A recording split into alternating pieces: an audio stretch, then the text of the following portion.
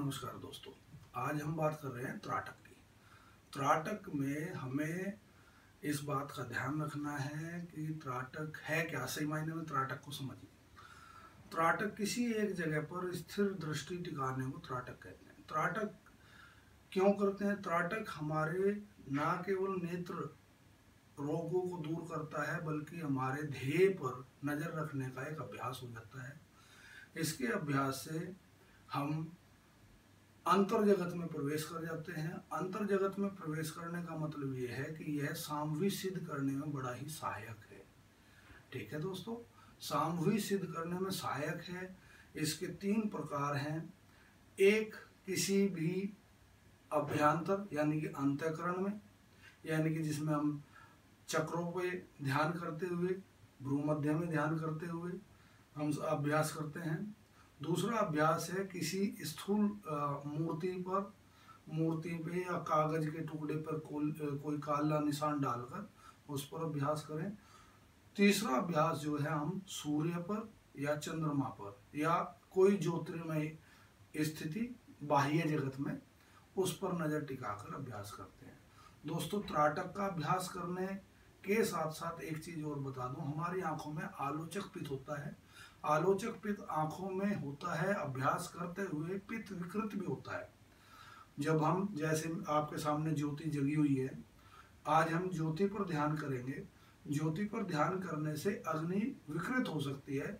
इसलिए दोस्तों, इसके लिए जल नीति और सूत्र नीति का अभ्यास भी निरंतर करना चाहिए ताकि ज्योति का कोई भी साइड इफेक्ट हमारे ऊपर ना पड़े। आपके बैठने का डिस्टेंस होना चाहिए 3 से 5 फीट की दूरी पर और ज्योति का जो स्थान है वो होना चाहिए बिल्कुल आंखों के समकक्ष। बड़े बड़े कार्य हो सकते हैं। अगर हम सूक्ष्म जगत की बात करें, जैसे हम सूर्य पर अभ्यास करते हैं। सूर्य दोपहर को निकला हुआ क्रूर सूर्य होता है, तो बाल्यावस्था में जब सूरज निकल रहा होता है उस टाइम पे हम अगर ध्यान करें तो उसका प्रभाव ज़्यादा है। और दोस्तों, उसका बेनिफिट क्या है?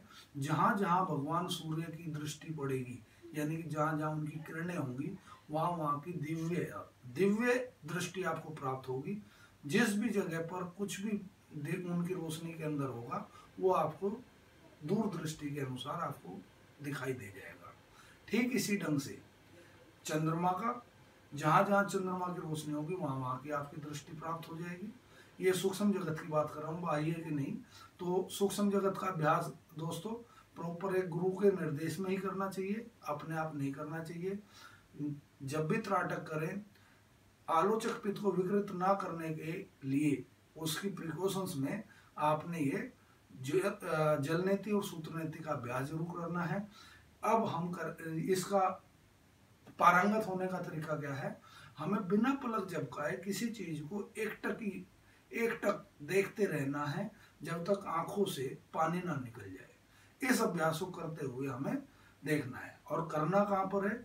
जहाँ पर हवा ना हो, जैसे अभी ज्योति स्थिर है, बिल्कुल हवा ना हो, किसी प्रकार की कोई बाधा ना हो, कोई डिस्टरबेंस ना हो, एकात्मक रूप से बिल्कुल ध्यानमग्न हो।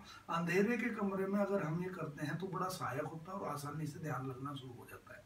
तो दोस्तों, अब मैं लाइट बंद करके इसका अभ्यास करूंगा और आपको दिखाऊंगा।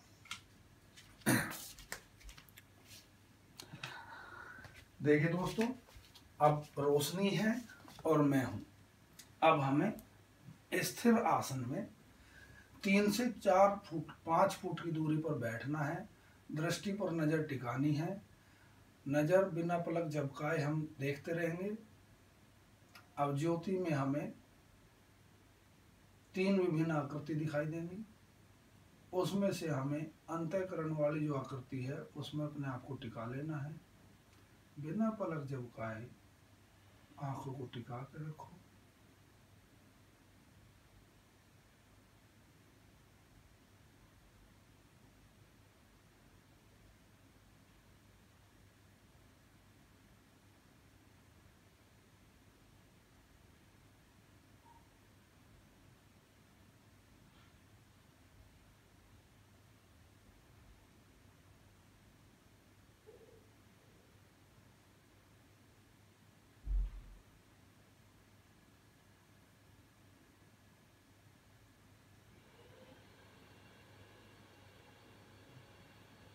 इसका अभ्यास सांभवी मुद्रा के लिए बहुत ही उपयोगी है। जैसे जैसे आपकी ध्यान की प्रगाढ़ता बढ़ती जाएगी, रोशनी की अपनी अवस्था गायब हो जाएगी, कालिमा बढ़ जाएगी, आपका एकात्मकता बढ़ जाएगी। तो दोस्तों, ये क्रिया तो देखिए अंतःकरण की है, साधना की है, गुप्त विद्याएं होती हैं। आपको शेयर इसलिए कर रहा हूँ ताकि आपको योग का सही सही मार्ग पता चलता रहे। धन्यवाद दोस्तों, नमस्कार।